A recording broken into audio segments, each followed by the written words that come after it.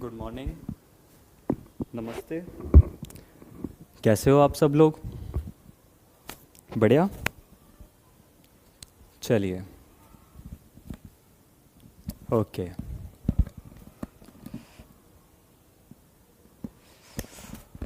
Okay, तो आज हम एक नया कंसेप्ट पढ़ने वाले हैं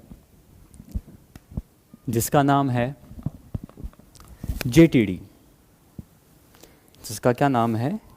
JTD, Jahn Teller distortion. JTD।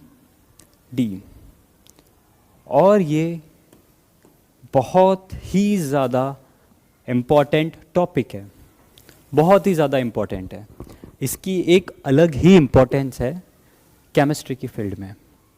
चाहे वो BSc का एग्ज़ाम हो, चाहे वो MSc का एग्ज़ाम हो, चाहे केमिस्ट्री से रिलेटेड कोई भी कंपटीशन एग्ज़ाम हो, जिसके अंदर ये एक ऐसा टॉपिक है जिससे क्वेश्चंस बनने के चांसेस बहुत ज़्यादा होते हैं और बहुत बहुत ही क्वेश्चन बनते हैं। और हर साल क्वेश्चन बनते हैं, ऐसा नहीं कि एक साल बना 2 साल नहीं बने वापस से बना, ऐसा नहीं होता। आपके ग्रेजुएशन के एग्ज़ाम में भी हर साल इससे क्वेश्चन बनता है और कंपटीशन एग्ज़ाम में भी हर साल इससे क्वेश्चन बनता है। तो ये बहुत ही ज़्यादा इंपॉर्टेंट टॉपिक है और आज हम इसको पढ़ने वाले। तो इसके ऊपर स्टार लगा देना, और जितने स्टार लगा उतने कम, है ना। तो आज हम इसके बारे में पढ़ने वाले हैं। सबसे पहले हम ये जान लेते हैं कि आपने ये जो टॉपिक लिया है, हम जो आज ये टॉपिक पढ़ने वाले हैं, ये कहाँ से टॉपिक है? क्या ये ऑर्गेनिक का है, क्या ये इनऑर्गेनिक का है, या क्या ये फिजिकल का टॉपिक है? कहाँ का टॉपिक है? तो मैं आपको बता दूं, ये टॉपिक हम पढ़ रहे हैं इनऑर्गेनिक केमिस्ट्री का एक बहुत इंपॉर्टेंट चैप्टर है जिसका नाम है कोऑर्डिनेशन। जिसका क्या नाम है? Coordination chemistry. ये तो आप सबने नाम सुना होगा, कोऑर्डिनेशन केमिस्ट्री तो सबने नाम सुना होगा, सबने इसके बारे में पढ़ा होगा। तो कोऑर्डिनेशन केमिस्ट्री के अंदर हम JTD पढ़ते हैं। अब मैं आपको थोड़ा और क्लैरिफाई कर देता हूँ। कोऑर्डिनेशन केमिस्ट्री के अंदर हम ऑक्टाहेड्रल कॉम्प्लेक्सेस के बारे में पढ़ते हैं।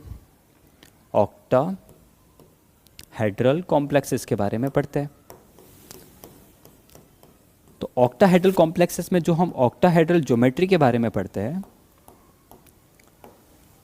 जब हम ऑक्टाहेड्रल ज्योमेट्री के बारे में पढ़ते हैं, तब ये JTD का कंसेप्ट आता है।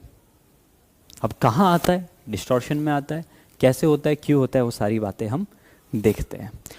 इतना आपको समझ में आया कि JTD जो हम आज टॉपिक पढ़ने वाले हैं वो एक इनऑर्गेनिक के कोऑर्डिनेशन केमिस्ट्री चैप्टर का टॉपिक है, जो कोऑर्डिनेशन कॉम्प्लेक्सेस या ऑक्टाहेड्रल ज्योमेट्री से कुछ ना कुछ वो रिलेट करता है। अब कैसे रिलेट करता है वो दिखा देता हूँ मैं आपको। देखो, हम देखते हैं कि ऑक्टाहेड्रल ज्योमेट्री होती है। क्या होती है? ऑक्टाहेड्रल ज्योमेट्री होती है। अब मैं इसको क्लासीफाई करूँ या डिवाइड करूँ तो मैं इसको 2 टाइप से डिवाइड कर सकता हूँ। कैसे? अब ऑक्टाहेड्रल ज्योमेट्री को आप 2 से कैसे डिवाइड कर रहे हैं, है ना। तो ये बात सुनिएगा आप कि ऑक्टाहेड्रल ज्योमेट्री 2 टाइप से हो सकती है। सबसे पहला तो वो हो सकता है कि जो ऑक्टाहेड्रल ज्योमेट्री है आपके पास वो परफेक्टली ऑक्टाहेड्रल है। क्या है वो? परफेक्टली ऑक्टाहेड्रल है। सारी बॉन्ड लेंथ सेम है, कहीं पे कोई डिफरेंस नहीं है। जो ऑक्टाहेड्रल आप देखते हैं या अभी तक जो बनाते आए एज इट इज है, कोई चेंज नहीं है। बॉन्ड लेंथ में कोई चेंज नहीं है। परफेक्टली ऑक्टाहेड्रल का मतलब क्या बोल सकते हो कि बॉन्ड लेंथ के अंदर कोई चेंज नहीं है। यानी कि हम लिख सकते हैं no change in bond length, या फिर हम ये भी बात लिख सकते हैं कि all bond length are equal. दोनों में से कोई भी बातें हो सकती है।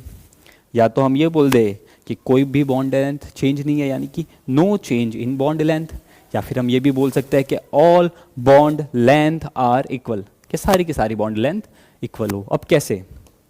अब ये देखो कि ऑक्टाहेड्रल ज्योमेट्री होती कैसी है। ऑक्टाहेड्रल ज्योमेट्री कुछ ऐसी होती है कि बीच में एक मेटल है,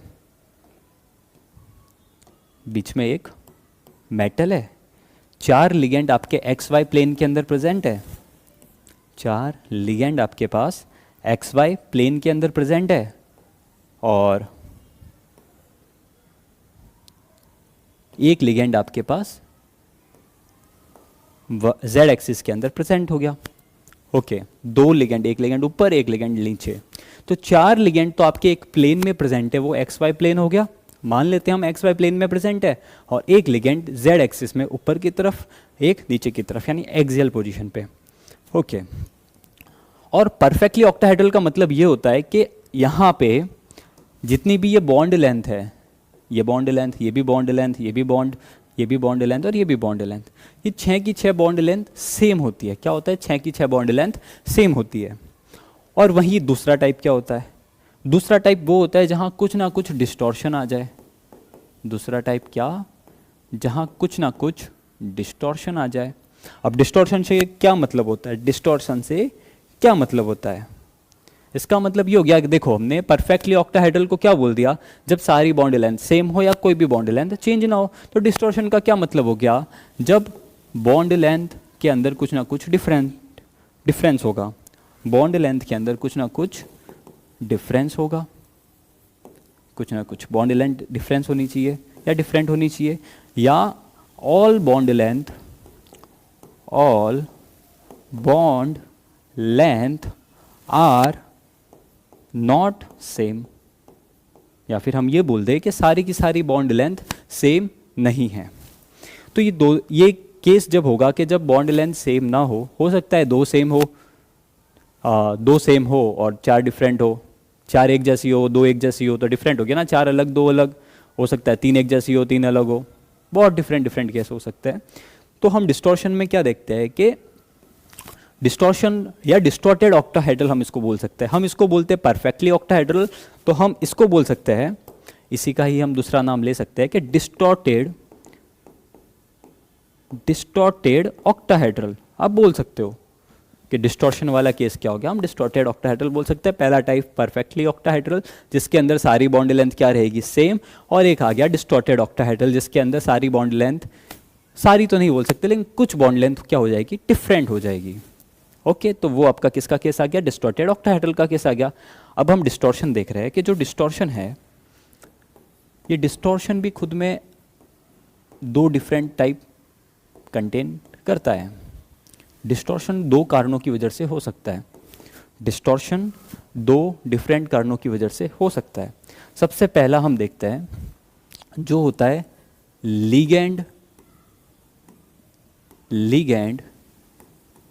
जनरेटेड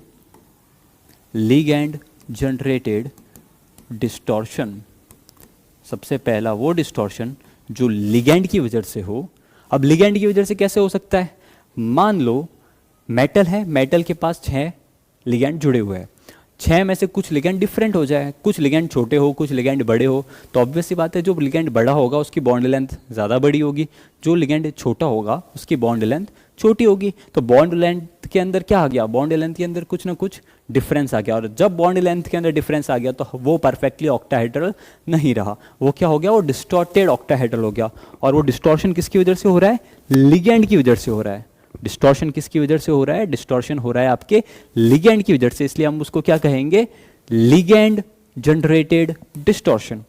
अब इसमें आप एक रेफरेंस बना दो कि हाँ, इस टाइप से कुछ भी हो सकता है, एक लिगेंड डिफरेंट हो सकता है, 2 लिगेंड डिफरेंट हो सकता है, कैसा भी कुछ भी हो सकता है, ठीक है।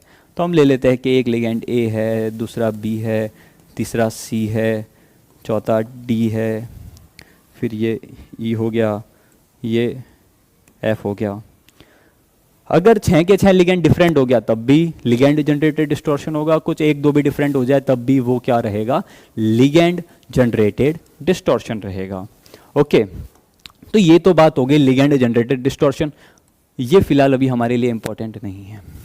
हमारा जो टॉपिक था जेटीडी, अब वो कहाँ आएगा? वो आएगा मेटल जनरेटेड डिस्टॉर्शन के अंदर। वो कहाँ आएगा? आपके मेटल जनरेटेड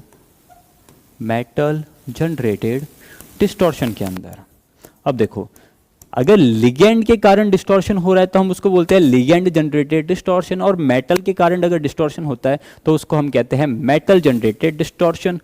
अब कोई भी रीजन हो सकता है, हम रीजन आगे पढ़ेंगे, कोई भी रीज़न हो सकता है, हम रीज़न आगे पढ़ेंगे। अगर मेटल के कारण ऑक्टाहेड्रल कॉम्प्लेक्सेस के अंदर डिस्टॉर्शन प्रेजेंट होता है तो उसको हम जेटीडी कहते हैं, या इसी डिस्टॉर्शन को हम जेटीडी कहते हैं, और इसी डिस्टॉर्शन को हम जेटीडी के अंदर पढ़ते हैं। इतनी बात आई समझ में कि आपका जेटीडी का कंसेप्ट कहाँ से आया? जेटीडी का कंसेप्ट आया डिस्टॉर्टेड ऑक्टाहेड्रल वाली जगह से आया, जिसके अंदर डिस्टॉर्शन दो कारण की वजह से हो सकता था। एक आपका डिस्टॉर्शन हो सकता था लिगेंड की वजह से, एक आपका डिस्टॉर्शन हो सकता है मेटल की वजह से। और जहाँ मेटल की वजह से डिस्टॉर्शन होता है उसको हम मेटल जनरेटेड डिस्टॉर्शन कहते हैं, या फिर उसी को हम जेटीडी कहते हैं, जॉन टेलर डिस्टॉर्शन। इतनी बात आई समझ में? अब चलिए, अब हम आ जाते हैं आज के हमारे कंसेप्ट पे कि हमें जेटीडी के अंदर क्या क्या पढ़ना है। पहले उसका थोड़ा हम कंटेंट इंडेक्स बना देते हैं कि हमें पहले क्या पढ़ना है, फिर क्या पढ़ना है, हमें क्लियर रहेगा कि हमें कितना पढ़ना है और क्या क्या पढ़ना है।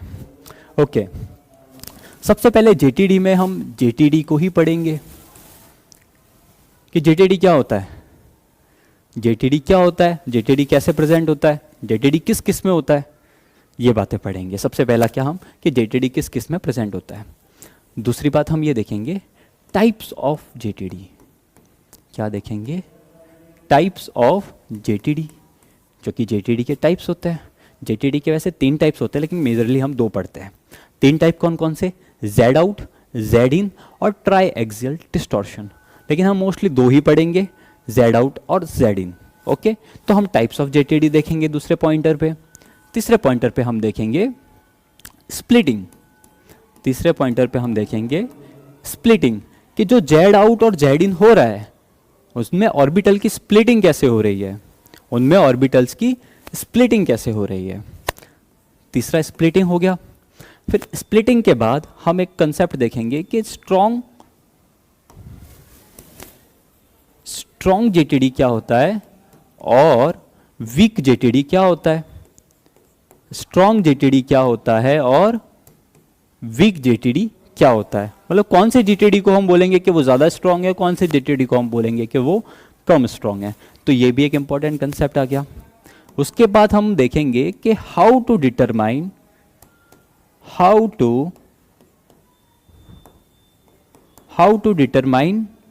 जेटीडी या type of JTD. How to determine type of, या फिर आप ऐसा लिख सकते हो कि how to determine z out और जेड इन। जेड आउट और जेड इन क्या है? जेटीडी के टाइप है। अब हमने पता कर लिया किसी कॉम्प्लेक्स के अंदर जेटीडी प्रेजेंट है या नहीं, और जब प्रेजेंट है तो हमें यह भी तो बताना पड़ेगा कि वो जेड आउट के टाइप का है या जेड इन के टाइप का है। ओके, तो वो हम हमारे 5th पॉइंटर पे पढ़ेंगे कि वो जेड आउट टाइप का है या जेड इन टाइप का है। उसके बाद हम देखेंगे हम डायनामिक जेटीडी और स्टैटिक जेटीडी। और डायनामिक जेटीडी क्या होता है और स्टैटिक जेटीडी क्या होता है उसके बारे में हम पढ़ेंगे। अब देखिए, डायनामिक जेटीडी क्या होता है। डायनामिक जेटीडी वो जेटीडी होता है कि हम देख के तो बताएंगे कि किसी कॉम्प्लेक्स के अंदर जेटीडी प्रेजेंट है, लेकिन एक्सपेरिमेंटली क्या मिलेगा कि एक्सपेरिमेंटली ये पता चलेगा कि उस कॉम्प्लेक्स के अंदर जेटीडी है ही नहीं। समझ में आ गया? उस बात को हम बोलेंगे डायनामिक जेटीडी। स्टैटिक जेटीडी वो कि हम देख के तो बताएंगे कि जेटीडी प्रेजेंट है, और एक्सपेरिमेंटली भी हमें ये ही पता चले कि उसके अंदर जेटीडी प्रेजेंट है। ओके, तो उसके बाद 6 पॉइंटर पे हम ये वाली बात करेंगे। 7th पे हम ये पढ़ेंगे कि हम जेटीडी इतना तो हमने देख लिया। अब जेटीडी की एप्लीकेशंस क्या है? एप्लीकेशंस ऑफ जेटीडी को हम जेटीडी का कहाँ हम इस्तेमाल कर सकते हैं, जैसे कि थर्मोडायनेमिक स्टेबिलिटी में देख लेंगे, बॉन्ड एंगल के बारे में देख लेंगे। ओके, इस टाइप से उसके एप्लीकेशंस के बारे में देखेंगे। तो ये ओवरऑल हमें 7 पॉइंटर्स है जो हमें इस जेटीडी टॉपिक में कवर अप करना है कि जेटीडी क्या होता है, टाइप ऑफ जेटीडी क्या है, स्प्लिटिंग कैसे होती है ऑर्बिटल की, स्ट्रॉन्ग जेटीडी और वीक जेटीडी किसको बोलेंगे, how to determine z out और जेड इन, डायनामिक जेटीडी क्या होता है, स्टैटिक जेटीडी कब होगा, डायनामिक जेटीडी कब होगा, और उसकी एप्लीकेशंस के बारे में। ओके, तैयार है आप सब? तो सबसे पहला टॉपिक हम स्टार्ट करते हैं। सबसे पहले कुछ थ्योरी से स्टार्ट कर लेते हैं कि जेटीडी क्या होता है। अब देखिएगा आप यहाँ पे John Taylor distortion is a geometric deformation of non-linear degenerated molecular system that reduces their symmetry to lower their overall energy. क्या बोल रहा है JTD के अंदर क्या होता है कि ज्योमेट्रिक डिफॉर्मेशन होता है नॉन लीनियर मॉलिक्यूल के अंदर, तो वो अपनी सिमेट्री को रिड्यूस कर देता है to lower their overall energy. Stable होने के लिए वो अपनी एनर्जी थोड़ी लूज कर देता है, अपनी सिमेट्री को थोड़ा चेंज कर देता है ना, सिमेट्री को थोड़ा रिड्यूस कर लेता है. अब चेंज किस तरीके से करता है वो हम आगे देखेंगे.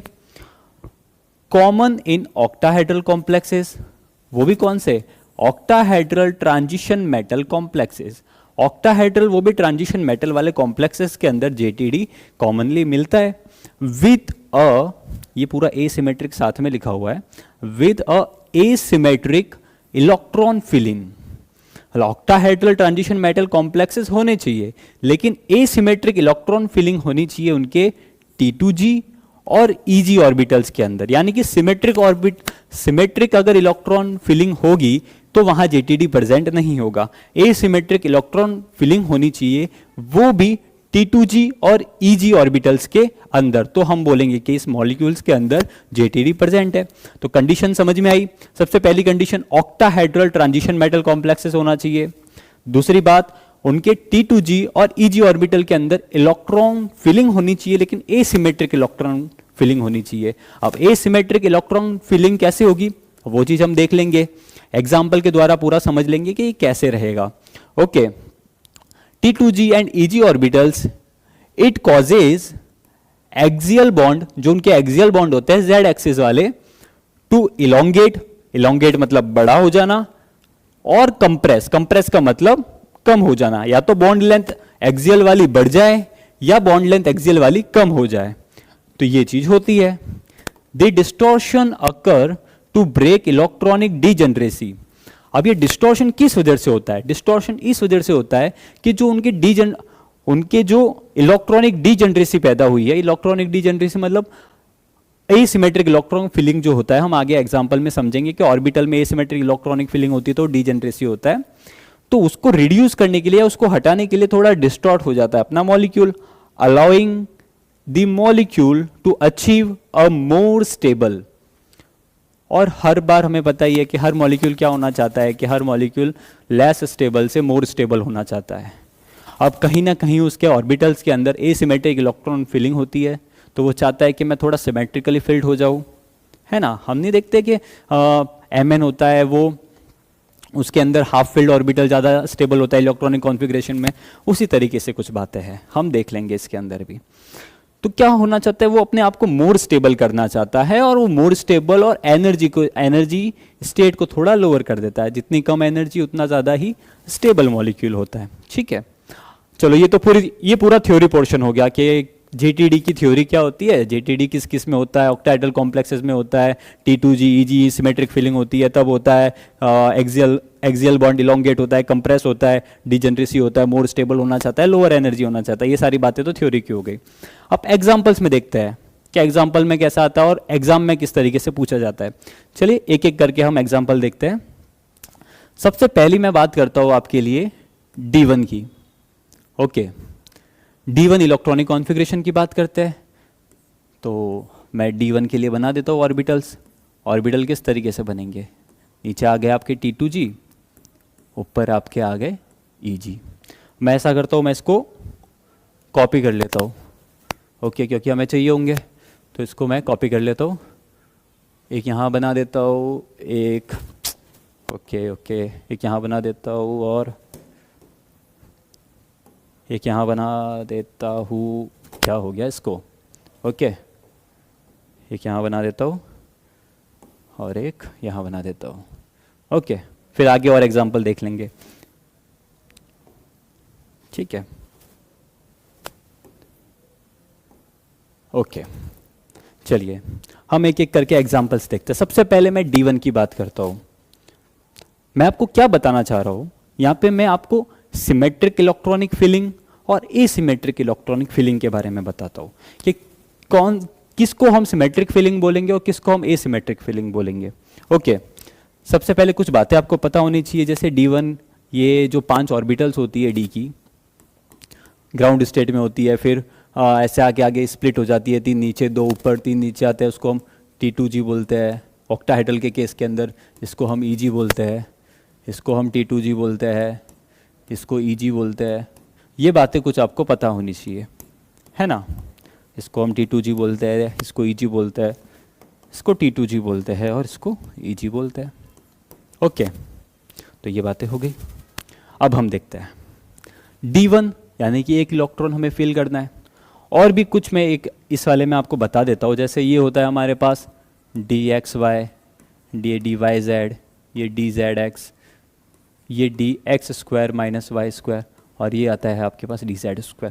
ये सबके लिए एप्लीकेबल है ना, सबके लिए रहेगा। मैं आपको सिर्फ ये बताना चाहता हूँ कि कौन सिमेट्रिक इलेक्ट्रॉनिक, किस में ये सिमेट्रिक इलेक्ट्रॉनिक फिलिंग है और किस में एसिमेट्रिक इलेक्ट्रॉनिक फिलिंग है, किस में JTD प्रेजेंट होगा, किस में JTD प्रेजेंट नहीं होगा। मैं आपको सिर्फ वो बातें बताना चाहता हूँ। जैसे D1 में हमने एक इलेक्ट्रॉन यहाँ पे T2G के अंदर फिल कर दिया। अब देखिए, अब ये सिमेट्रिक है या एसिमेट्रिक है। अब देखो ये 3 ऑर्बिटल एक सेम एनर्जी लेवल पे प्रेजेंट है। अब हम इसको सिमेट्रिक तब बोलते हैं या तो तीनों खाली हो, या तीनों के अंदर एक एक इलेक्ट्रॉन हो, क्योंकि तीनों सेम हो जाते, या तीनों के अंदर 2-2 इलेक्ट्रॉन हो तो भी सेम हो जाते, तो उस केस में ही तो हम इसको सिमेट्रिक बोलते हैं। अब ये देखो, एक ऑर्बिटल में तो एक इलेक्ट्रॉन है, एक ऑर्बिटल में एक भी नहीं है, और इसमें भी एक भी इलेक्ट्रॉन नहीं है, तो ये थोड़ा एसिमेट्रिक सा लग रहा है कि हाँ अलग है, ये दोनों अलग है, ये दोनों एक जैसे है लेकिन ये अलग है कुछ। यानी कि हम इस केस में क्या बोलेंगे कि ये जो भी D1 इलेक्ट्रॉनिक कॉन्फ़िगरेशन है, इस केस के अंदर ये क्या होता है, ये हम इसको बोल देते हैं अनसिमेट्रिक। हम इसको बोल देंगे कि ये अनसिमेट्रिक इलेक्ट्रॉन फिलिंग है, यानी कि इसके अंदर इलेक्ट्रॉन फिल किए लेकिन अनसिमेट्रिक वे के अंदर इलेक्ट्रॉनिक फिलिंग है ना। हम इसको शॉर्ट फॉर्म में लिख देते हैं USF, अनसिमेट्रिक फिलिंग। ओके, बस ओके, यानी कि हर बार इतना बड़ा बड़ा लिखूंगा इसलिए छोटा कर देते इसको। अनसिमेट्रिक फिलिंग है ना, किसकी फिलिंग, इलेक्ट्रॉन की फिलिंग। ओके, तो इसको बोल देंगे अनसिमेट्रिक फिलिंग है ये इलेक्ट्रॉन्स की, और जहां अनसिमेट्रिक फिलिंग होती है उसके अंदर क्या, JTD क्या होता है, JTD प्रेजेंट होता है। यानी कि पहले वाले केस के अंदर आपके JTD क्या है, JTD प्रेजेंट है। D1 वाले केस के अंदर आपके JTD प्रेजेंट है, और JTD प्रेजेंट क्यों है, क्योंकि यहाँ पर अनसिमेट्रिक इलेक्ट्रॉन फिलिंग प्रेजेंट है। कुछ बात समझ में आई, नहीं समझ में आया, दूसरा एग्जाम्पल देखते हैं। आपको एग्जाम्पल से ही समझना है, थ्योरी का पोर्शन ठीक है, आपको एग्जाम्पल से ज़्यादा बातें क्लियर होगी। 1-2 एग्जाम्पल देखते हैं, उसके बाद आपको समझ में आ जाएगा कि हम किस तरीके से इसको सॉल्व कर रहे हैं। D1 की बात हो गई, अब हम बात करते हैं D2 की। D2 में हम इलेक्ट्रॉन फिलिंग कैसे करेंगे, एक इलेक्ट्रॉन यहाँ आएगा, दूसरा इलेक्ट्रॉन यहाँ आएगा।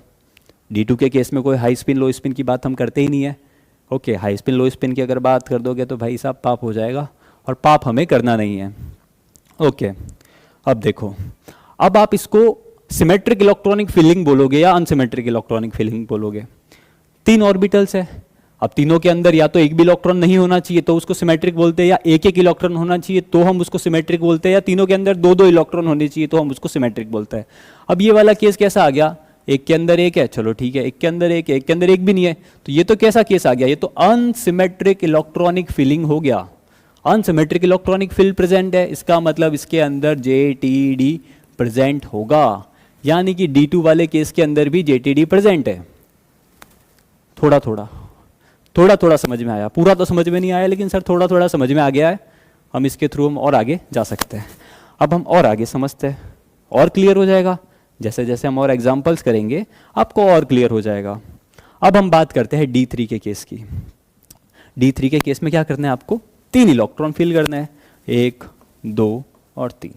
इसी तरीके से इलेक्ट्रॉन फिल होंगे, और तो कोई दूसरा मेथड नहीं है। अब देखो, अब ये सिमेट्रिक इलेक्ट्रॉनिक फिलिंग हुई है इस मॉलिक्यूल के अंदर, या एसिमेट्रिक इलेक्ट्रॉनिक फिलिंग हुआ है।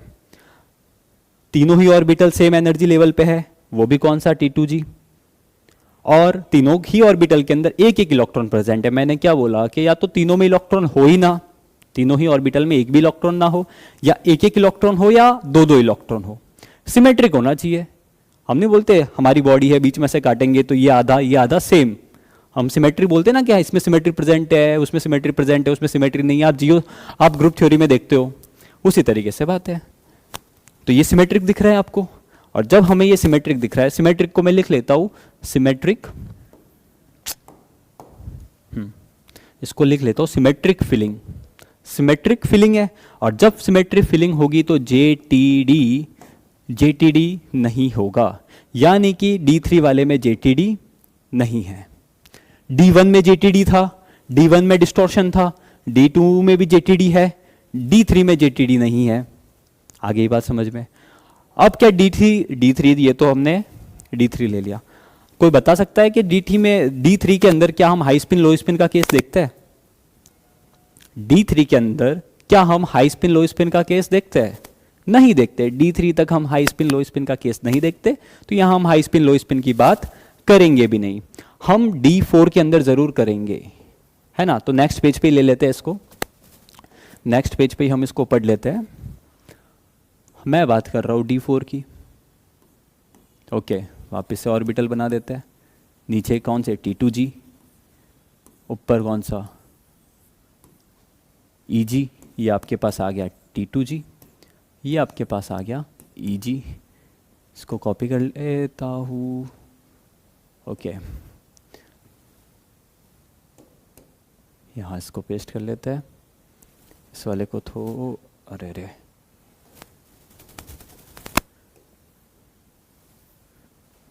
इसको थोड़ा यहाँ ले लेते हैं। ठीक है, अब यहाँ अलग अलग केस की बात करते हैं हम। सबसे पहले D4 हाई स्पिन की बात करते हैं, उसके बाद हम लो स्पिन की बात कर लेंगे। D4 हाई स्पिन मतलब 4 इलेक्ट्रॉन पढ़ने हैं, तो 1 2 3, चौथा इलेक्ट्रॉन ऊपर चला जाएगा, है ना। वीक फील्ड लिगेंड की प्रेजेंस में हाई स्पिन केस होता है, 1 इलेक्ट्रॉन ऊपर आ गया। ये DXY, ये DYZ, DZX, इसकी बात तो आपको पता ही, हमें वो करनी नहीं। हम क्या कर रहे हैं, सिमेट्रिक फिलिंग है या एसिमेट्रिक फिलिंग है। और JTD किस में प्रेजेंट होगा? सबसे पहले ऑक्टाहेड्रल कॉम्प्लेक्स होना चाहिए, उसके बाद उसके T2G या EG के अंदर एसिमेट्रिक इलेक्ट्रॉनिक फिलिंग होनी चाहिए। ओके, तो उसमें क्या होगा, JTD प्रेजेंट होगा। ऑक्टाहेड्रल जो कॉम्प्लेक्स है देखो, और T2G EG है। अब हम देखते हैं कि क्या ये एसिमेट्रिक फिलिंग है या सिमेट्रिक फिलिंग है। T2G देख लो सबसे पहले। अब T2G में क्या बोला था, या तो इलेक्ट्रॉन नहीं होने चाहिए, या एक एक होना चाहिए, या दो दो होने चाहिए। तो इसमें एक एक एक इलेक्ट्रॉन प्रेजेंट है। इसका मतलब क्या है कि ये T2G तो सिमेट्रिक है, T2G में तो कोई प्रॉब्लम नहीं। क्या EG भी सिमेट्रिक है? EG में देखो 2 ऑर्बिटल एक लेवल पे, एक एनर्जी लेवल पे प्रेजेंट है, उसमें से एक के अंदर तो 1 इलेक्ट्रॉन है, एक के अंदर इलेक्ट्रॉन ही नहीं है, तो ये तो अनसिमेट्रिक हो गया। तो D4 के केस के अंदर, हाई स्पिन के अंदर, ये क्या होता है, अनसिमेट्रिक इलेक्ट्रॉन फिलिंग होता है, अनसिमेट्रिक इलेक्ट्रॉनिक फिलिंग होती है। उसके कारण JTD प्रेजेंट होता है, जिसके कारण JTD प्रेजेंट होता है। यानी D4 हाई स्पिन के केस के अंदर JTD प्रेजेंट होगा। अब D4 लो स्पिन की बात कर लेते हैं। अब लो स्पिन में क्या होता है, जब स्ट्रॉन्ग फील्ड लिगेंड आते हैं तो लो स्पिन होता है, तो 1 इलेक्ट्रॉन, दूसरा इलेक्ट्रॉन, तीसरा इलेक्ट्रॉन, चौथा ऊपर नहीं जाता, चौथा वापस नीचे आ जाता है, 4th इलेक्ट्रॉन नीचे वाले लेवल पे ही फिल होता है स्ट्रॉन्ग फील्ड लिगेंड की प्रेजेंस में। तो हमने 4 इलेक्ट्रॉन फिल कर दिए। अब हम देखते हैं क्या ये सिमेट्रिक है या एसिमेट्रिक है। ओके, तो एक ऑर्बिटल में 2 इलेक्ट्रॉन प्रेजेंट है, यहाँ पे एक ही है, यहाँ पे एक ही है, तीनों में डिफरेंस है, अनसिमेट्रिक हो गया ये। क्योंकि सिमेट्रिक की तो कंडीशन बता दी, या तो एक भी नहीं होना चाहिए, या एक होना चाहिए, या 2 होना चाहिए। अब ये तो अनसिमेट्रिक है, तो अनसिमेट्रिक इलेक्ट्रॉनिक फिलिंग प्रेजेंट है, तो उसके कारण यहाँ क्या होगा, यहाँ JTD प्रेजेंट होगा। यहाँ क्या होगा, JTD प्रेजेंट होगा। यानी दोनों ही केसेस के अंदर आपके JTD प्रेजेंट है। D4 हाई स्पिन हो या D4 लो स्पिन हो, दोनों ही केसेस के अंदर आपकी JTD प्रेजेंट होती है। नेक्स्ट केस देखते हैं। अब हम D5 का केस देखते हैं। D5 T2G और EG, ये आपके EG ऑर्बिटल्स, ये आपके T2G ऑर्बिटल्स। बना देते हैं, इसको कॉपी कर लेते हैं, और ये आ गया। अब हमें क्या करना है, हम इसके अंदर भी 2 केस देख लेंगे, हाई स्पिन का केस और लो स्पिन का केस। हाई स्पिन के केस में क्या होगा, 5 इलेक्ट्रॉन फिल करेंगे, पहला, दूसरा, तीसरा, चौथा और 5वां। लो स्पिन में भी इलेक्ट्रॉन फिल कर लेते हैं, पहला, दूसरा, तीसरा, चौथा, 5वां। 5 इलेक्ट्रॉन हमने फिल कर दिए दोनों के ही अंदर। अब हमें देखना है कौन सिमेट्रिक है कौन एसिमेट्रिक है। अब आपको भी फील हो रहा होगा कि हम किस तरीके से सॉल्व कर रहे हैं। यहाँ अगर मैं बोल दूं कि ये सिमेट्रिक फिलिंग है तो किसी को प्रॉब्लम नहीं होनी चाहिए। रीज़न भी देख लो, T2G भी सिमेट्रिक फिल है और EG भी सिमेट्रिक फिल है। T2G में 3 ऑर्बिटल है, तीनों में ही एक एक इलेक्ट्रॉन प्रेजेंट है। EG के अंदर 2 ऑर्बिटल है, दोनों के अंदर ही एक एक इलेक्ट्रॉन प्रेजेंट है। तो हम बोल सकते हैं कि ये सिमेट्रिक फिलिंग है। क्या है ये? सिमेट्रिक इलेक्ट्रॉन की फिलिंग हुई है ना, सिमेट्रिक फिलिंग हुई है इलेक्ट्रॉन्स की। तो इसके कारण हम JTD की बात करेंगे। क्या JTD प्रेजेंट है? नहीं, JTD की बात करना ही गलत है D5 हाई स्पिन के केस के अंदर, क्योंकि ये तो सिमेट्रिक इलेक्ट्रॉनिक फिलिंग हो रही है इसके अंदर। अब हम इसकी बात कर लेते हैं D5 लो स्पिन की। यहाँ T2G के अंदर ही इलेक्ट्रॉन प्रेजेंट है और उसमें एक में 2, दूसरे में 2, तीसरे में एक खाली अकेला। तो ये तो अनसिमेट्रिक इलेक्ट्रॉनिक फिलिंग हो गई, अनसिमेट्रिक इलेक्ट्रॉनिक फिलिंग हो गई। इसके कारण क्या रहेगा? JTD प्रेजेंट होगा। समझ में आई आपको कि D5 लो स्पिन के अंदर तो JTD प्रेजेंट है, लेकिन D5 हाई स्पिन के अंदर JTD प्रेजेंट नहीं है। कुछ कुछ समझ में आ रहा है? अब आपको लग रहा है कि हाँ JTD का कंसेप्ट थोड़ा समझ में आ गया है कि हाँ इस बेसिस के ऊपर तो हम कर सकते हैं T2G EG के बेसिस पे या D5 D4 के बेसिस पे। और एग्जांपल्स कर लेते हैं, है ना। ऐसे ही इसी तरीके से कोई ज़्यादा इसमें कोई बड़ी बात नहीं है। D6 D7 D6 का कर लेते हैं, फिर D7 D8 D9 D10 वो आप कर लेना, है ना। लास्ट D6 से कर लेते हैं हम, D6 हाई स्पिन और D6 लो स्पिन का हम केस पढ़ लेते हैं। उसके बाद बाकी इसी तरीके से कोई ज़्यादा इसमें कोई प्रॉब्लम है नहीं, हम इजीली इसको सॉल्व कर सकते हैं। बस आपको सिमेट्रिक और एसिमेट्रिक देखना आना चाहिए। ये आपके EG है, ये आपके T2G है, ये आपका T2G है और ये आपका EG ऑर्बिटल्स है। सबसे पहले इलेक्ट्रॉन फिल कर लेते हैं। यहाँ हम बात करते हैं हाई स्पिन की। हाई स्पिन में 6 इलेक्ट्रॉन भरने हैं, तो 1 2 3 4 5 और 6। यहाँ मुझे लो स्पिन के अंदर इलेक्ट्रॉन फिल करने हैं, तो 1 2 3 4 5 और 6। इस तरीके से आ गया। अब कौन सिमेट्रिक है कौन एसिमेट्रिक है वो देख लेते हैं। यहाँ अगर मैं बोल दूँ अनसिमेट्रिक इलेक्ट्रॉनिक फिलिंग है तो किसी को प्रॉब्लम नहीं होना चाहिए। अगर मैं यहाँ बोल दूँ कि ये अनसिमेट्रिक इलेक्ट्रॉनिक फिलिंग है तो किसी को प्रॉब्लम नहीं होनी चाहिए। और जब अनसिमेट्रिक इलेक्ट्रॉनिक फिलिंग है तो JTD क्या होगा? JTD प्रेजेंट होगा। समझ में आ रहा है किस वजह से मैंने इसको अनसिमेट्रिक बोला है? और यहाँ अगर मैं बोल दूँ कि यहाँ सिमेट्रिक इलेक्ट्रॉनिक फिलिंग है, सिमेट्रिक इलेक्ट्रॉनिक फिलिंग प्रेजेंट है, तो JTD नहीं होगा। समझ में आ रहा है ये सिमेट्रिक क्यों है और ये अनसिमेट्रिक क्यों है? इतनी बात आपको समझ में आई कि ये सिमेट्रिक क्यों है, ये एसिमेट्रिक क्यों है, इसमें JTD प्रेजेंट क्यों नहीं है, इसमें JTD प्रेजेंट क्यों है। ये सारी बातें हो गई। और बाकी आपके लिए होमवर्क, आपको क्या क्या चेकआउट करना है? आपको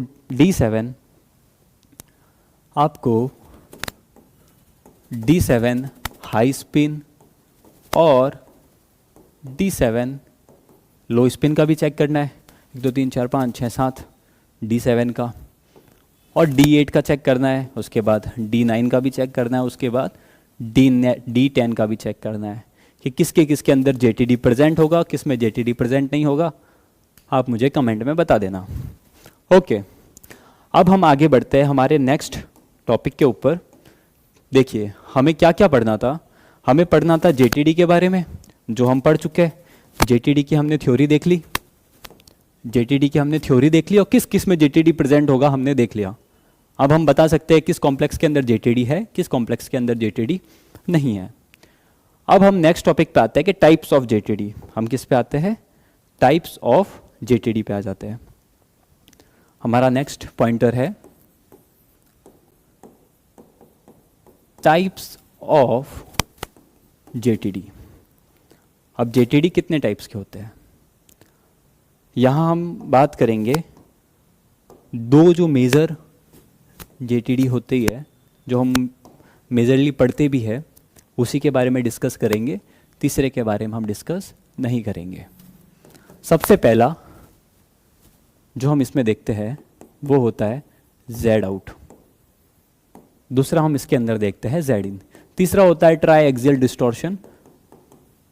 वो अभी आपके ठीक है, बट वो एक ही कॉम्प्लेक्स में होता है MnF3 वाले केस के अंदर, जो लैटिस में प्रेजेंट होता है। तो वो देखने की अभी रिक्वायरमेंट नहीं है, हम जेड आउट जेड इन दो मेजर टाइप में डिवाइड कर लेते हैं इसको। ओके, तो अब जेड आउट क्या होता है, जेड इन क्या होता है। जेटीडी आपने बोल तो दिया कि जेटीडी प्रेजेंट होता है, अब आपने टाइप किस बेसिस पे किया है, किस बेसिस पे इसको डिफ्रेंशिएट किया है कि जेड आउट और जेड इन कब होगा और क्या होगा। अब देखिए जेड आउट दिखता कैसा है वो देख लेते हैं सबसे पहले। जेड आउट आपको ऐसा दिखता है, ये मेटल है, मेटल के पास 4 लिगेंड लगे हुए हैं। 4 लिगेंड कहाँ लगे हुए हैं, प्लेन के अंदर, प्लेन के अंदर लगे हुए हैं। और प्लेन के अंदर लगे हुए, उसके बाद जो इसका एक्सियल बॉन्ड हो वो क्या हो जाए, वो बड़ा हो जाए। एक्सियल बॉन्ड बोल दो या जेड एक्सिस वाला बॉन्ड बोल दो या ट्रायगोनल बॉन्ड बोल दो, वो क्या हो जाए, बड़ा हो जाए। और जेड इन कैसा दिखता है, जेड इन आपको ऐसा दिखता है कि प्लेन वाले बॉन्ड तो थोड़े से बड़े हो जाए, जो एक्स वाई प्लेन के अंदर है वो बॉन्ड तो थोड़े से बड़े हो जाए, और जो एक्सियल बॉन्ड है वो छोटे हो जाए। एक्सियल बॉन्ड है वो छोटे हो जाए और इसके अंदर एक्सियल बॉन्ड है वो बड़े हो जाए ना, ये थोड़ा बड़ा है और ये थोड़ा छोटा है। ये इसका बेसिक डिफरेंस होता है। मतलब डिस्टॉर्शन हो जाने के बाद परफेक्टली ऑक्टाहेड्रल से वो अपना शेप कुछ ना कुछ चेंज कर रहा है। तो चेंज कैसा कर रहा है, हमने क्या बोला, हम बॉन्ड लेंथ के बेसिस के ऊपर बताते हैं कि वो चेंज करता है। अब कैसे, कितना चेंज करता है कि जेड आउट वाले केस में तो क्या होगा, जो एक्सियल के जो 2 बॉन्ड होते हैं ऊपर नीचे वाले, इनकी बॉन्ड लेंथ बढ़ जाएगी, और जेड इन वाले केस में क्या होगा, इनकी बॉन्ड लेंथ कम हो जाएगी। अब इसको जेड आउट भी बोलते हैं, इसको जेड इलोंगेटेड भी बोलते हैं, जेड आउट, जेड इलोंगेटेड, या फिर टेट्रागोनली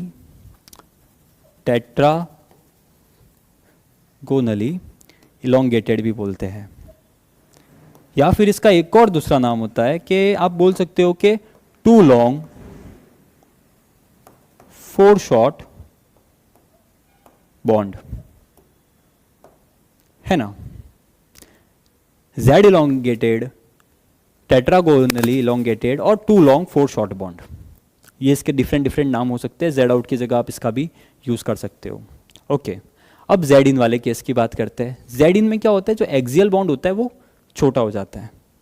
हम इसका स्प्लिटिंग के दौरान देख लेंगे कि ऑर्बिटल में क्या चेंजेस होते हैं, फिलहाल मैं सिर्फ आपको टाइप बता रहा हूँ। तो जेड इन को भी इसी तरीके से हम इसके दूसरे नाम ले सकते हैं, जैसे कि जेड कंप्रेस्ड बोल सकते हैं, है ना, जेड कंप्रेस बोल दो, या फिर टेट्रागोनली कंप्रेस बोल दो।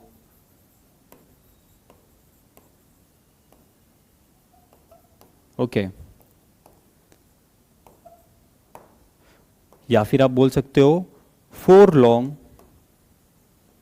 2 शॉर्ट, 4 लॉन्ग 2 शॉर्ट बॉन्ड। ये नाम कैसा है कि 4 बड़े बॉन्ड है, 2 छोटे बॉन्ड है, 2 बड़े बॉन्ड है और 4 छोटे बॉन्ड है। तो ये इसके डिफरेंट नाम हम इस्तेमाल कर सकते हैं। बाकी कुछ है नहीं, आपको पता होना चाहिए जेटीडी कितने टाइप का होता है, एक जेड आउट होता है, एक जेड इन होता है। अब ये जब हमारा 4th पॉइंटर पढ़ेंगे हम, how to determine z out और जेड इन, उसमें आपको और ज़्यादा क्लियर हो जाएगा।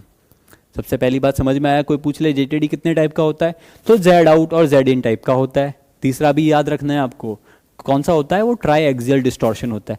और ट्राई एक्सियल डिस्टॉर्शन को हम 2-2-2 डिस्टॉर्शन भी बोलते हैं और XYZ डिस्टॉर्शन भी बोलते हैं, है ना। मैं एक बार बता ही देता हूँ आपको किस तरीके से होता है। जो मैं 3rd डिस्टॉर्शन की बात कर रहा हूँ, 3rd टाइप की बात कर रहा हूँ, ये वाला 3rd नहीं है, हम ये वाला 3rd ले रहे हैं। हम जो जेड आउट जेड इन और उसके बाद की बात कर रहे हैं वो है आपके पास ट्राई एक्सियल डिस्टॉर्शन। क्या है वो, ट्राई एक्सियल डिस्टॉर्शन। अब जेड आउट और जेड इन का तो आपने स्ट्रक्चर देख लिया। ट्राई एक्सियल डिस्टॉर्शन का स्ट्रक्चर कैसा होता है कि ये आपके पास कोई लिगेंड लगा हुआ है, ये जिस डिस्टेंस का होगा, बॉन्ड लेंथ का होगा, उसी बॉन्ड लेंथ का ये भी होगा। फिर मान लो कि ये आपके पास एक लिगेंड लगा हुआ है, तो उसी बॉन्ड लेंथ का ये भी लिगेंड होगा। और मान लो ये लिगेंड लगा हुआ है, तो उसी बॉन्ड लेंथ का ये भी लिगेंड लगा रहा होगा। यानी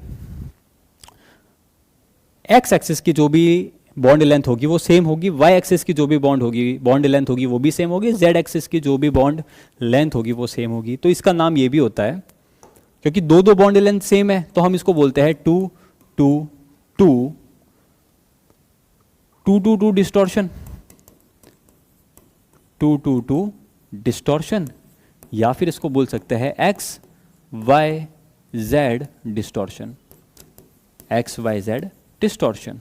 क्योंकि जो एक्स एक्सिस में लेंथ है, बॉन्ड लेंथ, वो दोनों सेम होती है, और वाई एक्सिस में जो बॉन्ड लेंथ है वो सेम होती है, और जेड एक्सिस में जो बॉन्ड लेंथ है वो सेम होती है। और 2 2 2 2 कैसे? ये दो बॉन्ड लेंथ सेम, ये दो बॉन्ड लेंथ सेम, और ये दो बॉन्ड लेंथ सेम। और देखो जेड आउट और जेड इन के अंदर दो टाइप की बॉन्ड लेंथ प्रेजेंट है, या तो छोटी या बड़ी। दो बड़ी होगी, चार छोटी होगी, दो टाइप की बॉन्ड लेंथ प्रेजेंट होती है। जेड इन के अंदर भी दो टाइप की बॉन्ड लेंथ प्रेजेंट होती है, या तो चार बड़ी और दो छोटी। लेकिन ट्राइएक्सियल डिस्टॉर्शन के अंदर तीन टाइप की बॉन्ड लेंथ प्रेजेंट होती है। ये इसका मेजर डिफरेंस होता है। और इसका एग्जाम्पल भी याद रख लो, ज़्यादा इसका एग्जाम्पल है भी नहीं है। इसका एग्जाम्पल है MnF3। अब एक खतरनाक डाउट हो जाएगा सर कि MnF3 तो ऑक्टाहेड्रल है ही नहीं। अब जब ऑक्टाहेड्रल है ही नहीं तो आप कैसे बता रहे हो कि इसके अंदर डिस्टॉर्शन होगा? आपने तो JTD की पहली डेफिनेशन में यही बोला था कि ऑक्टाहेड्रल कॉम्प्लेक्स होना चाहिए।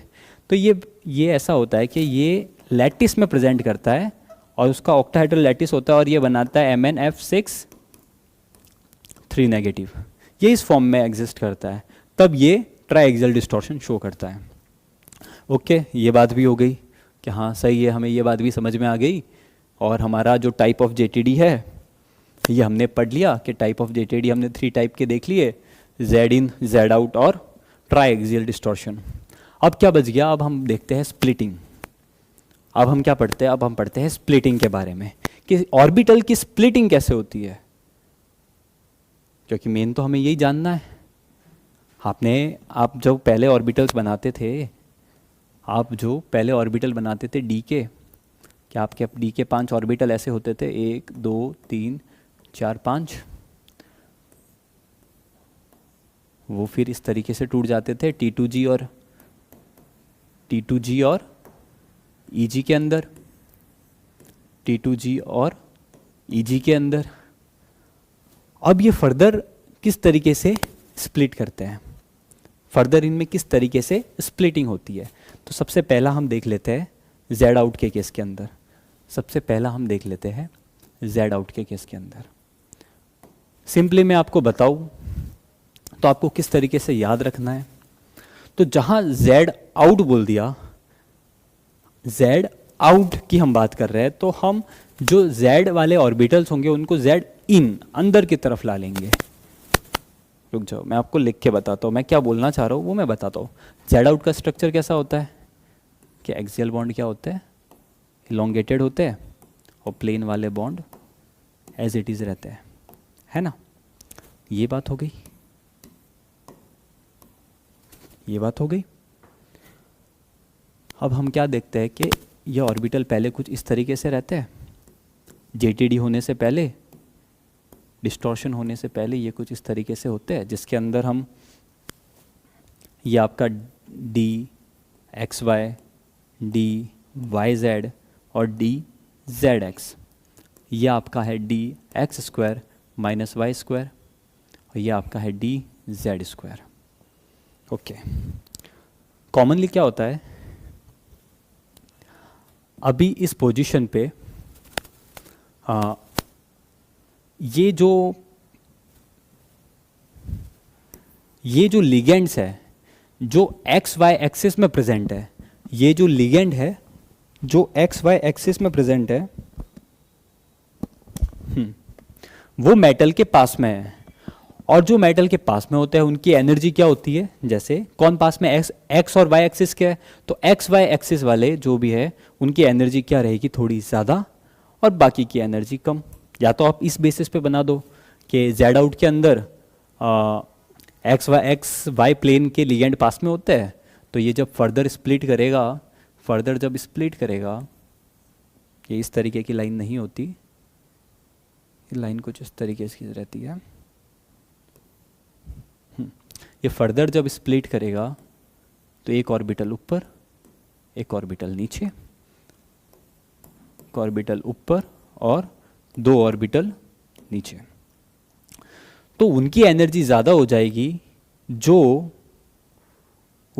उनके मेटल के ज़्यादा पास में कौन है, एक्स वाई प्लेन के अंदर, एक्स वाई प्लेन वाले पास में, तो ये एक्स वाई जिसके अंदर आ रहा है, जैसे d x square minus y square, उनको ज़्यादा रख दो और डी जेड स्क्वायर वाले को नीचे रख दो। अब इनके अंदर, इसके अंदर जो एक्स वाई प्लेन जिसमें आ रहा है वो रख दो ऊपर, ये रहा एक्स वाई, तो एक्स वाई वाले की एनर्जी आ जाएगी ज़्यादा, बाकी की एनर्जी हो जाएगी वाई जेड और जेड एक्स। या तो आप इस तरीके से याद रख लो कि जो लिगेंड पास में है उनका एनर्जी इंट्रैक्शन एनर्जी उनकी ज़्यादा रहेगी, ऑर्बिटल की एनर्जी ज़्यादा रहेगी, बाकी की कम रहेगी। या फिर दूसरा मेथड ये आप याद रख सकते हो कि इस तरीके से आप याद रख सकते हो कि हम बात कर रहे हैं जेड आउट की, जेड आउट की, तो जहाँ जहाँ आपको जेड दिखे, ये रहा जेड, ये रहा जेड, तो उन जेड को क्या कर दो, उन जेड को कर दो इन मतलब अंदर की तरफ, क्योंकि हमें इन 3 ऑर्बिटल को तोड़ना है, 3 ऑर्बिटल को स्प्लिट करना है। तो जब स्प्लिट करेंगे, जेड आउट के केस में स्प्लिट करेंगे, तो हमें क्या करना है, अपोजिट, जेड आउट का अपोजिट क्या हो गया, इन। तो इन जहाँ जहाँ जेड है उनको अंदर की तरफ लिख दो और बाकी वाले को ऊपर। अब इन दोनों में से करना है किस केस के अंदर, जेड आउट के अंदर, तो जेड आउट में हम क्या करेंगे, इन करेंगे, तो जेड वाले को इन कर दो, बाकी वाले को आउट कर दो। आप किसी भी मेथड से याद रखो, या तो आप इंट्रैक्शन वाले मेथड से याद रख लो एनर्जी के बेसिस के ऊपर, या आप आउट और इन के बेसिस के ऊपर याद रख लो, आउट और इन के बेसिस के ऊपर याद रख लो। याद रखना ज़्यादा इंपॉर्टेंट है कि आप किस मेथड, आप इनको कैसे याद रखते हो, क्योंकि ये पूछा जाता है ना, डायरेक्ट एनर्जी इंट्रैक्शन पूछा जाता है कि हाईएस्ट एनर्जी किसकी होती है, जेड आउट के अंदर हाईएस्ट एनर्जी किसकी होती है, ये पूछ लिया जाता है। तो आपको पता होना चाहिए ना हाईएस्ट एनर्जी किस ऑर्बिटल की होती है, तो आपका आंसर होना चाहिए d x square minus y square, d x square y square. और सबसे लोएस्ट या सबसे स्टेबल ऑर्बिटल्स कौन सी होती है, वाई जेड और जेड एक्स। समझ में आ गया? ये हमने बात कर दी है जेड आउट की। अब हम आ जाते हैं जेड इन के केस के अंदर, अब हम आ जाते हैं जेड इन के केस के अंदर। ओके, वही बातें, सबसे पहले हम डी ऑर्बिटल्स बना देंगे, ये इस तरीके से रहेगी,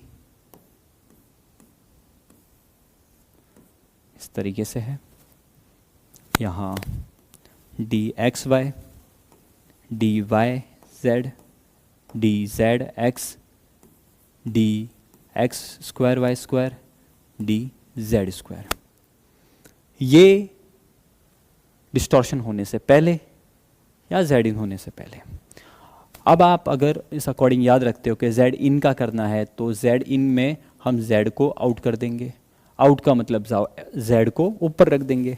या फिर आप स्ट्रक्चर के बेसिस पे भी बता सकते हो कि इस बार जो जेड एक्सेस वाले होते हैं वो थोड़े पास में आ जाते हैं, और पास में आने के कारण इंट्रैक्शन बढ़ जाता है, तो एनर्जी बढ़ जाती है।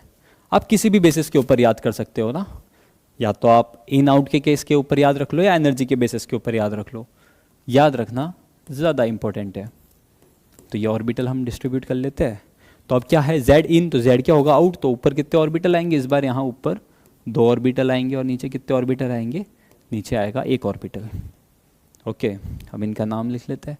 ये सबसे ऊपर कौन गया, जेड इन, यानी कि जेड हो गया आउट, तो सबसे ऊपर आ गया डी जेड स्क्वायर, यहाँ आ गया d x square y square, यहाँ आ गया डी वाई जेड, यहाँ आ गया डी जेड एक्स, सबसे नीचे आ गया डी एक्स वाई। अब देखो, ये हमने जेड इन की स्प्लिटिंग देख ली। अब जेड इन के केस के अंदर सबसे हाईएस्ट एनर्जी होती है आपके डी जेड स्क्वायर की, और सबसे लोएस्ट या सबसे स्टेबल ऑर्बिटल होती है आपकी डी एक्स वाई। समझ में आया आपको? आपको ये भी याद रखना है कि सबसे हाईएस्ट ऑर्बिटल कौन सी होगी, सबसे लोएस्ट ऑर्बिटल कौन सी होगी, या सबसे स्टेबल कौन सी होगी, सबसे अनस्टेबल कौन सी होगी, ये भी आपको पता होनी चाहिए। और स्प्लिटिंग किस तरीके से होती है, जैसे इसमें स्प्लिटिंग हो रही है 1 2 1 1, जेड इन वाले में कैसे हो रही थी 2 1 1 1। इस तरीके से आपको स्प्लिटिंग का भी पता होना चाहिए कि किस में किस तरीके से स्प्लिटिंग होती है। तो हमने स्प्लिटिंग का भी टॉपिक पढ़ लिया। वापस से देख लेते हैं हम कहाँ तक पहुँचे हैं अपने इस आज की जर्नी के अंदर। हमने जेटीडी के बारे में देख लिया, टाइप्स ऑफ जेटीडी देख ली, और हमने स्प्लिटिंग के बारे में देख लिया। आज हम स्ट्रॉन्ग जेटीडी और वीक जेटीडी के बारे में भी देख लेते हैं कि स्ट्रॉन्ग जेटीडी किस में होती है और वीक जेटीडी किस में होती है। बाकी ये तीनों ही हम नेक्स्ट लेक्चर के अंदर देखेंगे। तो स्ट्रॉन्ग जेटीडी और वीक जेटीडी का भी हम कंसेप्ट देख लेते हैं कि किस में स्ट्रॉन्ग जेटीडी होगी, किस में वीक जेटीडी होगी।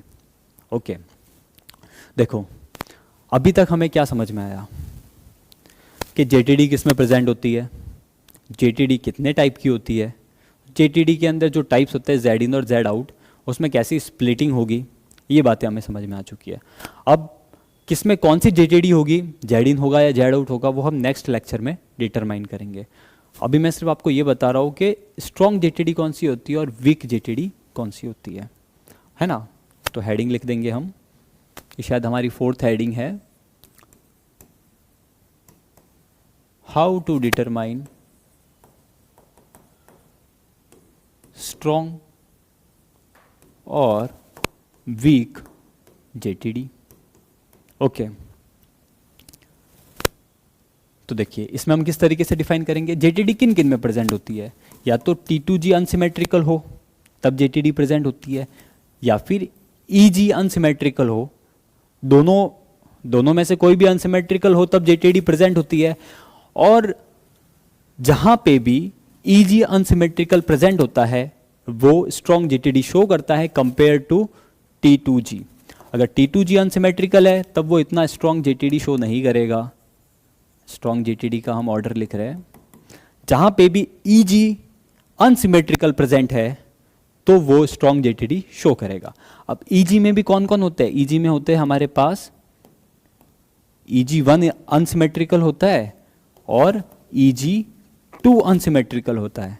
EG1 अनसिमेट्रिकल होता है, EG2 अनसिमेट्रिकल होता है। EG1 किस तरीके से कि ये हमारे पास ये है, अगर मैं लिखूँ T2G6 और EG1 तो T2G6 मतलब T2G6 का मतलब क्या हो गया, नीचे 6 इलेक्ट्रॉन्स है और ऊपर 1 इलेक्ट्रॉन, ऊपर 1 इलेक्ट्रॉन, और ये अनसिमेट्रिकल है, और अनसिमेट्रिकल है तो जेटीडी प्रेजेंट होगा। दूसरा, अगर आपके पास आ जाए T2G6 और EG3, ये EG1 है, EG3 आ जाए, अब EG3 किस तरीके से बनेगा, नीचे 3 ऑर्बिटल T2G की और ऊपर 2 ऑर्बिटल EG की। आपको कितने इलेक्ट्रॉन्स भरने हैं, नीचे 6 इलेक्ट्रॉन्स, 1 2 3 4 5 और 6, ऊपर कितने इलेक्ट्रॉन्स भरने, 3 इलेक्ट्रॉन्स, 1 2 और 3। तो ये EG क्या हो गया, ये भी अनसिमेट्रिकल है, यहाँ पे EG1 भी क्या अनसिमेट्रिकल। इन दोनों ही केसेस के अंदर आपको अनसिमेट्रिकल या जेटीडी प्रेजेंट होगा। EG2 के अंदर और EG4 के अंदर जेटीडी प्रेजेंट नहीं होती है ना, ये बात दिमाग में रखना है। ये जब आप सारे वो आगे मैंने आपको होमवर्क के लिए भी दिए वो आप निकाल दोगे तो आपको आइडिया लग जाएगा कि किसके अंदर जेटीडी होता है, किसके अंदर जेटीडी नहीं होता है। वहाँ पे मैंने D1 D2 D3 के फॉर्मेट में लिख रखा है, और वहीं आपको T2G4 T2G6 वैसा भी आ जाए तो आपको समझ में आ जाना चाहिए। तो हम क्या बोल रहे हैं कि T2G और EG में से जहाँ पे भी EG के अंदर अनसिमेट्री प्रेजेंट होगी वो ज़्यादा स्ट्रॉन्ग जेटीडी शो करेगा, और EG1 और EG3 में से जहां भी EG3 वाला सिस्टम होगा वो ज़्यादा स्ट्रॉन्ग जेटीडी शो करेगा। ये स्ट्रॉन्ग जेटीडी शो करेगा, EG3 वाला स्ट्रॉन्ग जेटीडी शो करता है, स्ट्रॉन्ग जेटीडी शो करता है। समझ में आया। और EG3 के एग्जाम्पल्स क्या होते हैं, EG3 के एग्जाम्पल्स होते हैं Cu+2, Ag+2, ओके, कॉपर और ये गोल्ड। अब इनमें क्या ऑर्डर रहेगा, इनमें भी आप ऑर्डर बता सकते हो, सबसे ज़्यादा AU में, फिर AG में, फिर CU के अंदर। तो ये ओवरऑल ऑर्डर हो गया स्ट्रॉन्ग जेटीडी और वीक जेटीडी का। सबसे ज़्यादा स्ट्रॉन्ग इन तीनों के अंदर रहेगा, और सबसे ज़्यादा स्ट्रॉन्ग बोल दिया जाए तो AU के अंदर रहेगा, फिर EG के अंदर EG1 वाले में रहेगा, और सबसे कम T2G के अंदर। T2G के अंदर तो नेग्लिजिबल भी बोल सकते हो, बहुत कम जेटीडी प्रेजेंट होता है, लेकिन फिर भी हम पढ़ते हैं EG के अंदर स्ट्रॉन्ग जेटीडी प्रेजेंट होता है। ओके, नेक्स्ट लेक्चर के अंदर हम देखेंगे कि जेटीडी तो प्रेजेंट है, किस में जेड इन होगा, किस में जेड आउट होगा। ये जो हमारे बाकी के टॉपिक्स बाकी रह गए ये हम नेक्स्ट लेक्चर में कवर अप करेंगे कि how to determine z out और जेड इन, बोल तो दिया आपने जेटीडी प्रेजेंट होगा, लेकिन किस में जेड इन होगा किस में जेड आउट होगा वो भी तो हमें निकालना आना चाहिए। डायनेमिक जेटीडी क्या होता है और स्टैटिक जेटीडी क्या होता है, टेम्परेचर का क्या इफेक्ट होता है, क्या हम चेंज कर सकते हैं नहीं कर सकते, वो सारी बातें हम देखेंगे। फिर इसके एप्लीकेशंस की बातें देखेंगे और उसके बाद कुछ इंपॉर्टेंट क्वेश्चंस कर लेंगे जो प्रीवियस ईयर आ चुके हैं, इंपॉर्टेंट क्वेश्चंस कर लेंगे, है ना। तो इसका एक सेकेंड लेक्चर और बनेगा, जुड़िए रहिएगा। Happy learning.